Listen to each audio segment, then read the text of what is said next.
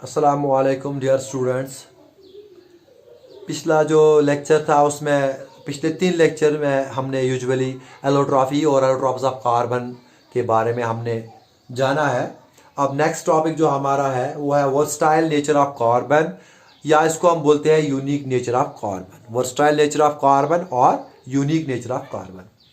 अब ये क्या होता है, अगर आपने मेरे पहले लेक्चर्स देखे होंगे वहाँ पे मैंने आपको बताया है कि जो कार्बन है ये ऐसा एलिमेंट है जो मिलियंस ऑफ कंपाउंड्स बनाता है, न्यूमरस लातेदाद कंपाउंड से बनाता है।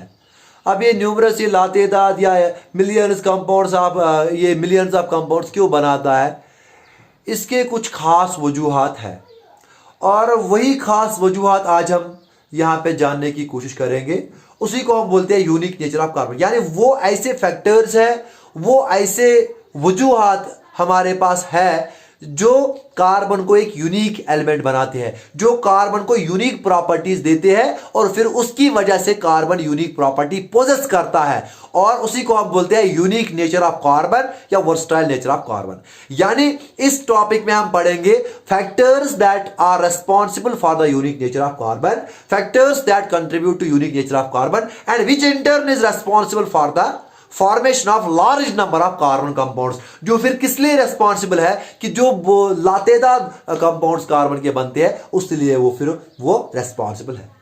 तो बहुत सारे फैक्टर्स है, वो पहले मैं आप उन सब सारे फैक्टर्स के नाम लिखूंगा, उसके बाद हम डिस्कस करेंगे। पहला जो factor, following factors are responsible for the unique nature of carbon, तो उसमें पहला फैक्टर जो है वो है कैटेनेशन।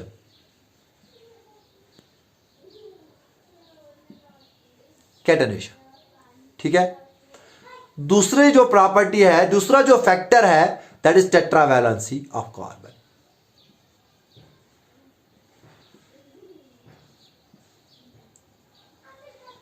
और तीसरा जो फैक्टर दे रेस्पॉन्सिबल है वो है tendency to form multiple bonds, tendency of carbon to form multiple bonds.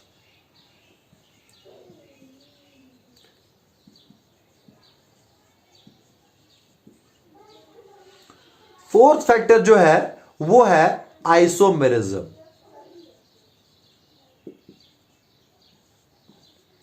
अब देखो ये जो फैक्टर है, ये फैक्टर मैं अलग से आपको डिस्कस करूंगा। ये फैक्टर हमारा अलग टॉपिक है, अलग आइसोमेरिज्म डिस्कस करेंगे, फिर आइसोमर्स वगैरह ये मैं अलग से आपको डिस्कस करूंगा। यहां पे मैं यहां पे जो मेरा फोकस रहेगा वो मेन इन 3 पे रहेगा। ये मैं अलग से आपको डिस्कस करूंगा, या अलग है क्योंकि इसके लिए थोड़ा बैकग्राउंड चाहिए, वो मैं आपको अलग से पढ़ाऊंगा। तो पहले 3 फैक्टर्स हम डिस्कस करेंगे। ये फैक्टर्स है, तो एक है कैटेनेशन, एक टेट्रावैलेंसी, एक tendency to form multiple bonds और आइसोमेरिज्म। ये ऐसे फैक्टर्स है जो रेस्पॉन्सिबल है कार्बन के यूनिक नेचर और formation of numerous, formation of millions of compounds के लिए। क्लियर। अब इसमें हम पहले जानने की कोशिश करेंगे कैटेनेशन क्या है, what is catenation and how this contribute to unique nature of carbon. देखो कैटेनेशन क्या है। कैटेनेशन एलिमेंट की एक ऐसी प्रॉपर्टी है, उसकी एक ऐसी खुसूसियत होती है जिसमें उस एलिमेंट के जो एटम्स होते हैं वो एक दूसरे के साथ बॉन्ड्स बनाते हैं। यानी एलिमेंट की खुसूसियत, एलिमेंट के एटम्स की खुसूसियत कि वो एक दूसरे के साथ बॉन्ड्स बनाए। क्लियर। एलिमेंट की खुसूसियत कि उसके जो एटम्स है वो एक दूसरे के साथ बॉन्ड्स बनाए, सेम एटम्स, यानी एलिमेंट के सेम एटम्स। जैसे कार्बन है एलिमेंट, ये बना होता है कार्बन एटम्स का, समझ आया। तो कार्बन एटम्स की एबिलिटी, इसी तरह ऑक्सीजन एटम्स की एबिलिटी, नाइट्रोजन एटम्स की एबिलिटी कि वो अपने ही एटम के साथ बॉन्ड बनाए। क्लियर। अपने ही एलिमेंट के एटम के साथ बॉन्ड बनाए, कार्बन कार्बन के साथ, नाइट्रोजन नाइट्रोजन के साथ, इसी को हम बोलते हैं कैटेनेशन। यानी the property of forming bonds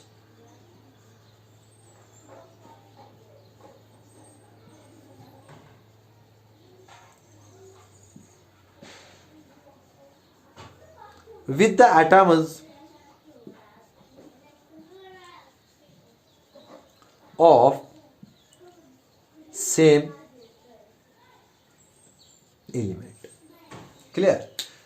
यानी वो खुसूसियत वो एबिलिटी, प्रॉपर्टी लिखो या एबिलिटी लिखो, ये एक ही बात है,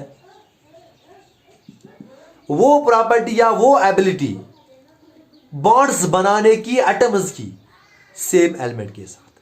क्लियर? क्या फिर से मैं समझाऊंगा इसको। कैटेनेशन क्या है? कैटेनेशन जो है, it is the property of forming bonds with the atoms of the same element.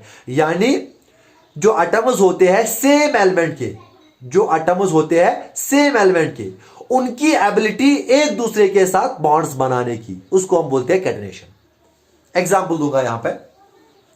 हमारे पास अगर कार्बन एलिमेंट है तो कार्बन एलिमेंट के एटम्स यानी कार्बन एटम्स, शाबाश, कार्बन एलिमेंट के एटम्स यानी कार्बन एटम्स की एबिलिटी, कार्बन एटम्स की एबिलिटी दूसरे कार्बन एटम्स के साथ बॉन्ड बनाने की, कार्बन एटम्स की ability carbon other carbon atoms के साथ बॉन्ड बनाने की, उसको हम बोलते हैं कैटेनेशन। इसी तरह ऑक्सीजन एटम की एबिलिटी ऑक्सीजन दूसरे ऑक्सीजन एटम के साथ बॉन्ड बनाने की, नाइट्रोजन एटम की दूसरे नाइट्रोजन एटम के साथ बॉन्ड बनाने की एबिलिटी, सिलिकॉन के एटम की सिलिकॉन के एटम के साथ बॉन्ड बनाने की एबिलिटी, इसी तरह जर्मेनियम की एटम की जर्मेनियम के एटम के साथ बॉन्ड बनाने की एबिलिटी। तो इस एबिलिटी को, इस प्रॉपर्टी को हम बोलते हैं कैटेनेशन। तो इसलिए हम बोलते हैं it is the property ability of forming bonds with the atoms of same element. Same element के एटम्स के साथ बॉन्ड्स बनाने की एबिलिटी को हम बोलते हैं कैटेनेशन। यानी खुद ही जैसा जो एटम होता है उससे बॉन्ड बनाना, इसीलिए हम इसको बोलते हैं सेल्फ लिंकेज प्रॉपर्टी।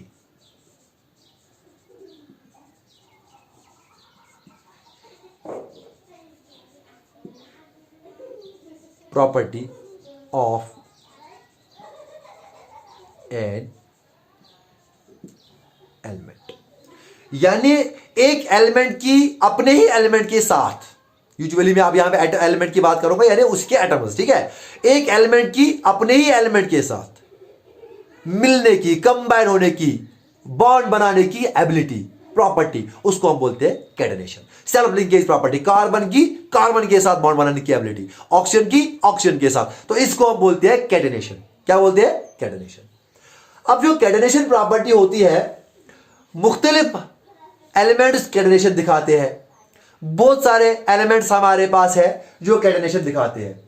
तो मैं यहां पे लिखूंगा many elements possess catenation, possess the property of catenation, possess the property of catenation। जैसे कि सिलिकॉन, ये भी कैटेनेशन दिखाता है, सल्फर ये भी कैटेनेशन दिखाता है, जैसे कि हमारे पास है कार्बन, ये भी कैटेनेशन दिखाता है, टिन भी कैटेनेशन दिखाता है, ऑक्सीजन कुछ हद तक दिखाता है, नाइट्रोजन कुछ हद तक दिखाता है। तो ये बहुत सारे एलिमेंट्स हमारे पास है जो कैटेनेशन प्रॉपर्टी पोजेस करते हैं, जो कैटेनेशन प्रॉपर्टी दिखाते हैं। मतलब सिलिकॉन की एबिलिटी है सिलिकॉन के साथ बॉन्ड बनाने की, सल्फर की सल्फर के साथ, कार्बन की कार्बन के साथ, टिन की टिन के साथ, ऑक्सीजन की ऑक्सीजन के साथ, नाइट्रोजन की नाइट्रोजन के साथ, इसी तरह फ्लोरीन की फ्लोरीन के साथ। यानी ये ऐसे एलिमेंट्स है, इसी तरह बहुत सारे एलिमेंट्स हैं जो अपने ही एलिमेंट के एटम के साथ बॉन्ड बनाते हैं। यानी इन सब को ये कैटेनेशन प्रॉपर्टी है, इसकी भी, इसकी भी, इसकी भी, इसकी भी। अब अगर बहुत सारे एलिमेंट्स को कैटेनेशन प्रॉपर्टी है, लेकिन ये किस तरह से फिर कार्बन को यूनिक बनाता है, अलग किस तरह से बनाता है? अब देखो, जो कैटेनेशन प्रॉपर्टी कार्बन को जो यूनिक बनाता है, वो बनाता है असल में इसके एक्सटेंट से, यानी कैटेनेशन का एक्सटेंट, किस हद तक कैटेनेशन ये बियर करता है, किस हद तक कैटेनेशन ये बियर करता है, किस हद तक ये बियर करता है, किस हद तक ये बियर करता है और किस हद तक बियर करता है, उस हद में कार्बन को यूनिक बनाता है। अब मैं आपको एग्जांपल बनाऊंगा क्या हद का क्या मतलब है। सिलिकॉन जो है ये अपने ही सिलिकॉन एटम के साथ बॉन्ड बनाएगा, तो इसकी कैटेनेशन प्रॉपर्टी है। इस कैटेनेशन प्रॉपर्टी की वजह से अगर एक एलिमेंट दूसरे एलिमेंट के साथ बॉन्ड बनाएगा तो एक चेन टाइप का कंपाउंड बनाएगा, एक चेन ऑफ एटम्स बनेगा। सिलिकॉन की चेन बनेगी, सल्फर की चेन बनेगी, कार्बन की चेन बनेगी, इसी तरह टिन, ऑक्सीजन वगैरह, तो इनकी चेन बनेगी। वो चेन फिर अलग अलग किस्म की हो सकती है, लेकिन यहां पे बताने वाला हूं मैं, ये एक चेन टाइप का कंपाउंड बनेगा, यानी इन एटम्स की एक चेन जैसे बनेगी। क्लियर? जैसे कि मैंने यहां पे बताया कार्बन, दूसरे कार्बन के साथ, कार्बन के साथ, कार्बन के साथ, कार्बन के साथ, तो कार्बन को कार्बन के साथ एबिलिटी है बॉन्ड बनाने की, तो ये इस तरीके से ये एक चेन जैसा बना, कार्बन की एक चेन बनी। क्लियर? इसी तरह से सिलिकॉन की चेन, इस तरह से टिन की चेन, इस तरह से सल्फर की चेन। क्लियर? समझ आया? तो कैटेनेशन प्रॉपर्टी की वजह से क्या होता है, जब एक एलिमेंट के जो एटम्स होते हैं वो आपस में कंबाइन होते हैं और वो आपस में बॉन्ड्स बनाते हैं, तो एक चेन्स बनाते हैं, वो चेन्स बनाते हैं। क्या बनाते हैं? चेन्स। अब उन चेन्स में देखते हैं, सिलिकॉन जो है ये दूसरे सिलिकॉन एटम्स के साथ कंबाइन होता है और शाबाश सिलिकॉन की चेन बनाता है, लेकिन सिलिकॉन का मैक्सिमम एक्सटेंट जो ये चेन बियर कर सकता है, जो बना सकता है, अप टू 14 कार्बन एटम्स, यानी 14 कार्बन एटम्स की सिलिकॉन की 14 सिलिकॉन एटम्स की चेन हो सकती है मैक्सिमम सिलिकॉन जो है मैक्सिमम ये 14 कार्बन एटम्स तक ये अपनी चेन बना सकता है। समझ आया? यानी silicon silicon silicon silicon maximum में अपने 14 कार्बन एटम्स तक ये चेन बना सकता है। कौन? सिलिकॉन। यानी इसका हद, इसका एक्सटेंट 14 कार्बन सिलिकॉन एटम्स तक है। इसी तरह सल्फर की अगर हम देखेंगे तो 8 कार्बन एटम्स, S8 का आपने सुना होगा। टिन 2 to 3 कार्बन एटम्स यहां पे हो सकते हैं। ऑक्सीजन आपने देखा होगा 2 या 2 से 3, या जो हम बोलते हैं 2 कार्बन एटम्स। इसी तरह से फिर ओजोन में अगर हम देखेंगे तो वहां में 3 है, 2 to 3, और नाइट्रोजन यहां पे हम देखेंगे 2। इसका अलग अलग लिमिट है। 14 यानी इन सब एलिमेंट्स में कार्बन को छोड़ के बाकी जो एलिमेंट्स है सबको छोड़ के जो मैक्सिमम एक्सटेंट है वो अभी तक सिलिकॉन का है 14, इससे ज्यादा नहीं। क्लियर? समझ आया? तो यहां तक ये इसका एक्सटेंट है। लेकिन अब यहां पे अलग क्या है वो देखने की वाली बात है, वो ये है कार्बन का जो एक्सटेंट है इस कैटेनेशन प्रॉपर्टी के लिए, कैटेनेशन का जो इसका एक्सटेंट है, इसकी टेंडेंसी कैटेनेशन के लिए है, वो सिलिकॉन से कई ज्यादा है, वो इसकी मैक्सिमम एक्सटेंट है। समझ आया? यानी कार्बन एक ऐसा एलिमेंट है पीरियोडिक टेबल में जिसको कैटेनेशन की टेंडेंसी सबसे ज्यादा है, मैक्सिमम टेंडेंसी ऑफ कैटेनेशन। तो कार्बन एक ऐसा एलिमेंट है पीरियोडिक टेबल में जो दिखाता है maximum tendency of catenation, maximum tendency for catenation, maximum tendency for carbon shows the maximum tendency for catenation। कितना? Carbon hundreds of carbon atoms भी आपस में कंबाइन हो सकते हैं, 100, 200, अभी तक 350, 360 कार्बन एटम्स तक आपस में कंबाइन होकर चेन टाइप कंपाउंड बना सकते हैं। उतनी चेन कार्बन की हो सकती है। तो इसका मतलब कार्बन का बहुत ज्यादा एक्सटेंट है, maximum extent, maximum tendency for catenation जो एलिमेंट है वो कार्बन है। और यही प्रॉपर्टी जो है वो कार्बन को यूनिक बनाती है। समझ आया? अगर हम इतना बोलेंगे कैटेनेशन प्रॉपर्टी इसको अलग बनाती है, फिर कैटेनेशन तो बाकी भी एलिमेंट्स दिखाती है, लेकिन जो एक्सटेंट ऑफ कैटेनेशन है असल में वो प्रॉपर्टी इसको यूनिक बनाती है।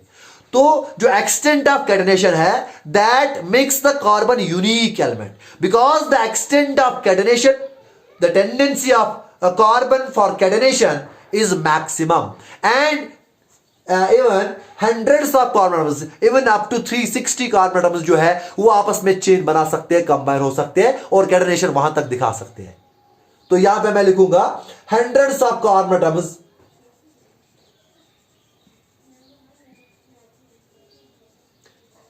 Can combine, hundreds of carbon atoms की चेन बना सकता है। तो इसका मतलब कार्बन का जो एक्सटेंट ऑफ कैटेनेशन है वो मैक्सिमम है, और ये कार्बन को अलग बनाता है, और इसी की वजह से फिर वो बहुत सारे कंपाउंड्स अलग अलग किस्म के बनाता है। जैसे कि 2 कार्बन मिले तो एक कंपाउंड बना, फिर 3 कार्बन मिले एक कंपाउंड बना, 4 carbon, 5 carbon, 6 carbon, 7 carbon, 8 carbon, इस तरह 100 कार्बन मिले, 200 मिले, फिर वो अलग अलग किस्म के कंपाउंड्स वहां पे बनते हैं, अलग अलग उनके अलग अलग एलिमेंट्स के साथ भी। क्लियर? तो बहुत सारे जो एक्सटेंट ऑफ कैटेनेशन वो ज्यादा है, तो इस वजह से इस अलग है होता है, ये स्ट्रॉन्ग इसकी कैटेनेशन है, इस वजह से बहुत सारे कंपाउंड्स बनाता है। और इस वजह से ये जो कार्बन है ये चेन कंपाउंड बनाता है, डिफरेंट टाइप्स ऑफ चेन्स। ये क्या बनाता है? ये बनाता है कार्बन, जो कार्बन के साथ बनाता है बॉन्ड, ये चेन कंपाउंड्स बनाता है फिर, यानी long chain of carbon atoms फिर बनता है इस कैटेनेशन प्रॉपर्टी की वजह से। समझ आया?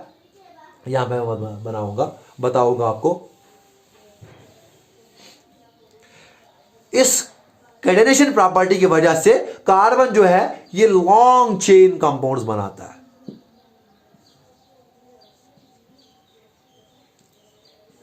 लॉन्ग चेन किसकी? Chain of carbon atoms. Chain का यह मतलब है चेन ऑफ कार्बन एटम्स।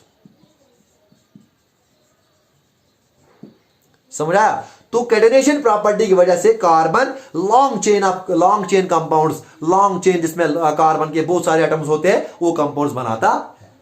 अब ये चेन्स जो होते हैं ये भी डिफरेंट टाइप्स ऑफ चेन्स हो सकते हैं, उस वजह से फिर अलग अलग किस्म के कंपाउंड हो सकते हैं। समझ आया?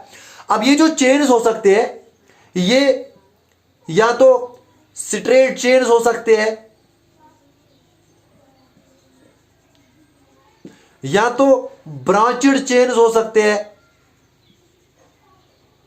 या तो क्लोज्ड चेन्स हो सकते हैं। शाबाश। या तो स्ट्रेट चेन, या तो हमारे पास ब्रांचेड चेन, या तो हमारे पास क्लोज्ड चेन हो सकता है। क्या मतलब? स्ट्रेट चेन का मतलब यह है कार्बन कार्बन कार्बन कार्बन, जैसे कि एक लाइन में, एक ही लाइन में सारे कार्बन मिले तो इसको बोलते हैं स्ट्रेट चेन। तो इस तरह की चेन भी बना सकते हैं, इस तरह कंपाउंड्स बना सकते हैं, ये भी मुमकिन है बिकॉज ऑफ कैटेनेशन, क्योंकि अगर कैटेनेशन नहीं होती तो ये चेन कंपाउंड्स नहीं बनता। या ब्रांचेड चेन जिसमें कार्बन कार्बन कार्बन कार्बन, फिर यहां पे एक कार्बन इधर है, तो ये ब्रांचिंग इसकी होगी। समझ आया? इसी तरह से यहां पे एक और कार्बन, फिर यहां पे कार्बन, फिर यहां पे कार्बन, तो अलग अलग किस्म के इसमें ब्रांचेस हो सकते हैं। क्लियर? इसको बोलते हैं ब्रांचेड चेन। या तो स्ट्रेट चेन हो सकती है, या तो ब्रांचेड चेन हो सकती है। क्लियर? और या तो क्लोज्ड चेन, जैसे कार्बन कार्बन कार्बन को, 3 कार्बन को मैंने मिलाया और यहां पे ये बन गया क्लोज्ड चेन।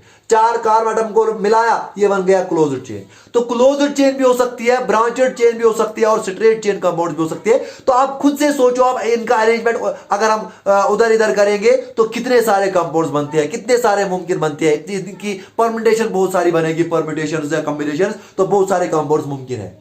तो ये एक ऐसा फैक्टर है, मेजर फैक्टर ऐसा है जो रेस्पॉन्सिबल है for the unique nature of carbon. तो पहला फैक्टर जो यूनिक नेचर ऑफ कार्बन की तरफ कंट्रीब्यूट करता है वो क्या है? That is the extent of catenation. यानी कार्बन का जो एक्सटेंट ऑफ कैटेनेशन है वो मैक्सिमम है, यानी carbon shows catenation up to maximum extent, even hundreds of carbon atoms can combine to form long chain compounds. Clear? तो ये एक वजह है कार्बन को यूनिक बनाने की। क्लियर? इसके अलावा मैंने बोला बहुत सारे एलिमेंट्स भी है जो कैटेनेशन एग्जिबिट करते हैं, लेकिन इतने हद तक नहीं है, उसमें मैक्सिमम सिलिकॉन मैंने 14 कार्बन तक बताया। तो ये है कैटेनेशन, और ये प्रॉपर्टी ऑफ कैटेनेशन किस वजह से कार्बन को यूनिक बनाता है और किस वजह से अलग अलग किस्म के कंपाउंड्स बनते हैं। क्लियर? आया समझ? तो ये है पहला फैक्टर कैटेनेशन। अब दूसरा फैक्टर जो है वो है टेट्रावैलेंसी ऑफ कार्बन। अब पहले मैं बोलूंगा आपको, इससे पहले कि ये इसमें मैक्सिमम एक्सटेंट क्यों है वो जानना जरूरी है। रीजन समझ आया? Reason for catenation.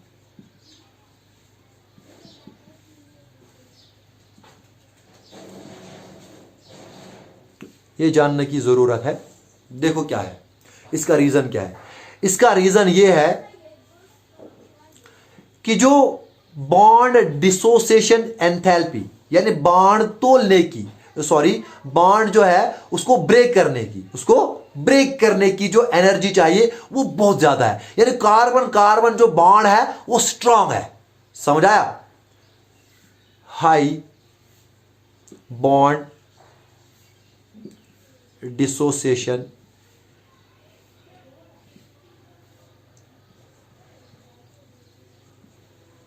एंथैल्पी। इसका क्या मतलब है? इसका मतलब है large amount of energy is required to break CC bond. To break CC bond. बहुत ज्यादा एनर्जी चाहिए सीसी बॉन्ड तोड़ने के लिए। यानी इसका मतलब यह है जो सीसी बॉन्ड बनता है ये बड़ा स्ट्रांग बॉन्ड बनता है। समझ आया? तो कैटेनेशन क्यों ये मैक्सिमम एक्सटेंट दिखाता है, कार्बन बाकी क्यों नहीं दिखाता है? उसका वजह यह है कि जो बॉन्ड डिसोसिएशन एंथैल्पी यानी एनर्जी बॉन्ड तोड़ने की वो बहुत ज्यादा है। यानी ये कार्बन, आप सिंपल वर्ड्स में याद रखो, कार्बन कार्बन जो बॉन्ड बनाता है ये बहुत स्ट्रांग बॉन्ड बनता है। ये स्ट्रांग बॉन्ड होता है जिसकी वजह से ये लंबी लंबी चेन ऑफ कंपाउंड्स, लंबी लंबी कतार कंपाउंड्स की बना सकता है। क्लियर? क्योंकि ये स्ट्रांग बॉन्ड होता है। अब वजह स्ट्रांग बॉन्ड क्यों बनाता है, उसका रीजन ये है कि ये जो कार्बन का एटम है इसका स्मॉल साइज है, इसका स्मॉल साइज होता है, इसका स्मॉल साइज होता है। कार्बन का जो एटम होता है इसका स्मॉल साइज होता है। जब कार्बन का एटम स्मॉल साइज होता है, याद करो जो मैंने कोवेलेंट बॉन्ड पढ़ाया था, मैंने पढ़ाया था जब दो एटम्स आपस में एटॉमिक ओवरलैपिंग करते हैं, उनके ऑर्बिटल्स ओवरलैप करते हैं तो कोवेलेंट बॉन्ड बनता है। फिर जितना ज्यादा ओवरलैप होगा तो उतना स्ट्रांग बॉन्ड होगा। जब कार्बन कार्बन जो है ये छोटे हैं, इसका साइज छोटा है तो ओवरलैप होगा, ओवरलैप होगा। यहां पे भी न्यूक्लियस, यहां पे भी न्यूक्लियस। अब ये शेयर्ड पेयर न्यूक्लियस के नजदीक, शेयर्ड पेयर न्यूक्लियस के नजदीक, तो अट्रैक्शन ज्यादा होगा। तो इसका मतलब कम साइज होने की वजह से ये जो बॉन्ड बनता है ये स्ट्रांग बनता है। समझ आया? क्योंकि न्यूक्लियस, दोनों न्यूक्लियस के नजदीक शेयर्ड पेयर नजदीक होगा तो इसका मतलब अट्रैक्शन ज्यादा होगा और बॉन्ड स्ट्रांग होगा। क्लियर? सो ये जो स्ट्रांग बॉन्ड बनता है CC bond, it is because of the smaller size of the carbon atom. ये छोटा साइज जो कार्बन एटम का होता है, यही वजह है ये जो है स्ट्रांग बॉन्ड ऑफ कार्बन का बनने का। क्लियर? अब आप बोलोगे नाइट्रोजन का बनता है, लेकिन वहां पे नाइट्रोजन के साथ साथ वहां पे लोन पेयर्स भी अवेलेबल होते हैं। लोन पेयर, बॉन्ड पेयर फिर रिपल्शन करते हैं, वो आप हायर क्लास में पढ़ोगे, जिसकी वजह से थोड़ी सी स्टीरिक प्रॉब्लम होती है उनमें, और फिर उसमें से कुछ मतलब इंस्टेबिलिटी होती है, तो जिसकी वजह से बॉन्ड डिस्ट्रीब्यूशन एंथैल्पी जो है वो कम होती है, उतना ज्यादा स्ट्रांग बॉन्ड नहीं होता है। समझ आया? तो because of the smaller size of carbon, it is very strong carbon carbon bond, and because of that it is having high bond distribution enthalpy, and that is the reason the carbon, why carbon shows the catenation up to maximum extent. Clear? अब silicon की बात करें, silicon सिर्फ 14 atom तक इसलिए दिखाता है क्योंकि सिलिकॉन का साइज बड़ा है, तो इसका मतलब वो बॉन्ड उतना ज्यादा स्ट्रांग नहीं होगा, इसीलिए ये कम सिलिकॉन एटम्स तक ये चेन हो सकती है। क्लियर? और इसी तरीके से कार्बन एक यूनिक, इस वजह से एक यूनिक प्रॉपर्टी इसकी बनती है। क्यों? क्योंकि इसका जो एक्सटेंट ऑफ कैटेनेशन है वो बहुत ज्यादा है और वो बहुत लार्ज है। क्लियर? ये था पहला फैक्टर, कैटेनेशन। समझ आया? अब दूसरा फैक्टर,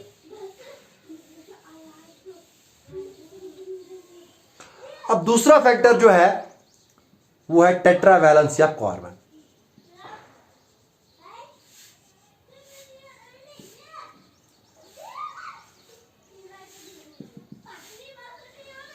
अब टेट्रावैलेंसी ऑफ कार्बन क्या है? देखो, आपको तो ये तो पता है कि कार्बन जो है इसका जो एटॉमिक नंबर है 6 और इसकी कॉन्फ़िगरेशन है 2,4। 2,4। अब देखो, इसमें जो number of electrons in valence shell, वो है that is equal to 4। Number of electrons the valence shell is equal to 4। इसमें वैलेंस शेल में 4 इलेक्ट्रॉन्स है, यानी इसकी वैलेंसी 4 है। वैलेंसी 4 को हम बोलते हैं टेट्रा। क्या बोलते हैं? टेट्रा, यानी 4 वैलेंसी, टेट्रा वैलेंसी, उसको बोलते हैं tetra valency of carbon. Clear? तो इसका मतलब कार्बन की वैलेंसी 4 है, कार्बन की वैलेंसी जो है वो 4 है, यानी टेट्रा वैलेंसी। टेट्रा वैलेंसी का मतलब है कार्बन की जो वैलेंस शेल उसमें 4 इलेक्ट्रॉन्स अवेलेबल है हमारे पास, और वो 4 इसकी वैलेंसी है, जिसकी वजह से इसको एबिलिटी होती है, जिसको क्या होती है? Ability to form 4 covalent bonds. शाबाश शाबाश। जिसकी वजह से कार्बन को क्या है, टेट्रावैलेंसी, यानी इसके पास वैलेंस शेल में 4 इलेक्ट्रॉन्स है, तो इसका मतलब यह है इसकी वैलेंसी 4। जब इसकी वैलेंसी 4 तो इसकी एबिलिटी, इससे क्या है इसकी एबिलिटी होगी, इसकी ये एबिलिटी होगी, ये 4 कोवैलेंट बॉन्ड बना सकता है। जैसे कार्बन है, इसके पास 4 यहां पे एटम इलेक्ट्रॉन्स है, यहां से एक बॉन्ड एक बॉन्ड एक बॉन्ड एक बॉन्ड, चाहे वो कार्बन एटम्स के साथ बनाए फिर या किसी दूसरे एटम के साथ, चाहे फिर वो हाइड्रोजन एटम के साथ बनाए, चाहे फिर वो ऑक्सीजन एटम के साथ बनाए, चाहे फिर वो नाइट्रोजन एटम के साथ बनाए, उन एटम्स के साथ ये बना सकता है। क्लियर। तो यह कार्बन जो है इसकी वैलेंसी जो है वो है 4, वैलेंस इलेक्ट्रॉन इसके 4 है, तो इसका मतलब इसकी जिसकी वजह से इसमें ये एबिलिटी पैदा होती है कि ये 4 एक ही कार्बन एटम 4 कोवैलेंट बॉन्ड बना सकता है, फिर ये 4 अदर एटम्स के साथ मिलके बॉन्ड बना सकता है, चाहे वो कार्बन ही एटम क्यों ना हो या हाइड्रोजन हो या ऑक्सीजन वगैरह हो, उनके साथ ये बॉन्ड्स बना सकता है। समझ आया। तो इस वजह से टेट्रावैलेंसी की वजह से इसमें क्या हो जाता है, ability to form 4 covalent bonds. जैसे कि हमारे पास कार्बन है, ये कार्बन इसके पास 4 इलेक्ट्रॉन्स है, ये 4 हाइड्रोजन के साथ मिलके 4 ये कोवैलेंट बॉन्ड बनाएगा 4 हाइड्रोजन एटम के साथ, तो ये बनाएगा CH4 जिससे हम मीथेन बनेगा। अब सपोज करो एक हाइड्रोजन मैंने रिमूव किया, यहां से मैंने फ्लोरीन डाला, तो ये बनेगा फ्लोरोमीथेन। क्लियर। तो ये बनेगा CH3F। तो इस वजह से 4 अलग अलग किस्म के भी एटम्स हो सकते हैं, सेम काइंड ऑफ एटम्स हो सकते हैं, या कुछ सेम हो सकते हैं कुछ अलग हो सकते हैं। तो ये इसकी एबिलिटी है 4 कोवैलेंट बॉन्ड बनाने की, ये भी इसको अलग बनाता है बाकी एलिमेंट से। अगर आप बाकी एलिमेंट्स देखोगे, वो देखो आप जैसे नाइट्रोजन बोरान वगैरह, वो या तो 3 बना सकते हैं या तो 2 बना सकते हैं, लेकिन उनमें 4 ऐसे कोवैलेंट बॉन्ड बनाने की एबिलिटी किसी में भी नहीं है। ये एक ऐसा एलिमेंट है, यूनिक एलिमेंट, इसकी टेट्रावैलेंसी है, और इस टेट्रावैलेंसी की वजह से इसको ऐसी एबिलिटी होती है कि ये 4 कोवैलेंट बॉन्ड बना सकता है। जैसे मैंने यहां पे आपको मीथेन की एग्जांपल दी थी, क्योंकि ये ऑक्टेट को कंप्लीट करना चाहता है, ये इन 4 इलेक्ट्रॉन्स को एक एक करके शेयर करके कोवैलेंट बॉन्ड बना के ये 4 अलग अलग कोवैलेंट बॉन्ड बना सकता है, तो ये इसको अलग बना सकता है। ये कार्बन के साथ है, ऑक्सीजन हाइड्रोजन वगैरह इन बाकी एलिमेंट के साथ मिल सकता है, और जिनकी वजह से फिर इसको स्पेसिफिक प्रॉपर्टीज भी हासिल हो सकती है। क्लियर। कार्बन जो होता है उसमें ये एज सेंट्रल मॉलिक्यूल वहां पे एज काम करता है। क्लियर। समझाया। और अब ये जो है कार्बन, ये 4 एटम्स जो बनाता भी है, इनके साथ हाइड्रोजन ऑक्सीजन के साथ ये ज्यादा स्ट्रांग इनके साथ बॉन्ड बनाता है। समझ आया। कार्बन जो है हाइड्रोजन के साथ, कार्बन ऑक्सीजन के साथ, कार्बन फ्लोरीन के साथ, इन 3 के साथ ये ज्यादा स्ट्रांग बॉन्ड बनाता है, और कार्बन कार्बन के साथ। समझ आया। इन एलिमेंट्स के साथ ये ज्यादा स्ट्रांग बॉन्ड बनाता है, इसीलिए ज्यादातर ये इन्हीं के साथ ज्यादातर कंपाउंड्स के होते हैं। ये इसका एक रीजन है कि स्मॉल साइज की वजह से, ये इनका भी स्मॉल साइज है, इसका और इसका इन्हीं स्मॉल साइज की वजह से ये स्ट्रांग बॉन्ड्स बनाते हैं, जिसकी वजह से कार्बन जो है ये शेयर्ड पेयर को स्ट्रांगली होल्ड कर सकता है, और स्ट्रांग ये अलग अलग 4 कोवैलेंट बॉन्ड बना सकता है। समझ आया। और ये प्रॉपर्टी भी इसको अलग कर देती है बाकी एलिमेंट से। तो दूसरा जो फैक्टर है जो रेस्पॉन्सिबल है for the unique nature of carbon, that is tetravalency of carbon. Tetravalency of carbon means carbon has 4 electrons in its valence shell and it can share these 4 electrons with other atoms and form 4 different covalent bonds. इसकी वजह से ability होती है carbon में, जिसकी वजह से अलग अलग कंपाउंड्स भी बना सकता है। तो दूसरा फैक्टर है टेट्रावैलेंसी ऑफ कार्बन। क्लियर। शाबाश। अब तीसरा जो फैक्टर है वो है tendency to form multiple bonds।